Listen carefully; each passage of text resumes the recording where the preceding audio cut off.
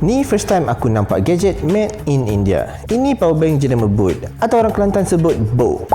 Abang Aziz jatuh Bo. Brand ni dari India. Kapasiti powerbank ni 20,000 mAh. Design wise nampak simple, tapi body dia rasa solid. Powerbank ni siap ada Smart IC Protection, boleh prevent short circuit, overcharge dan juga over discharge.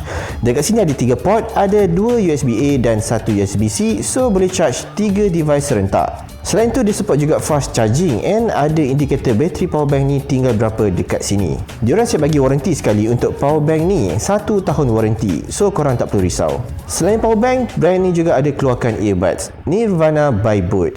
Design earbuds ni macam korang boleh tengok nampak agak elegan. Kapasiti bateri earbuds ni 600 mAh and dia tulis dekat sini boleh tahan selama 120 jam total playback.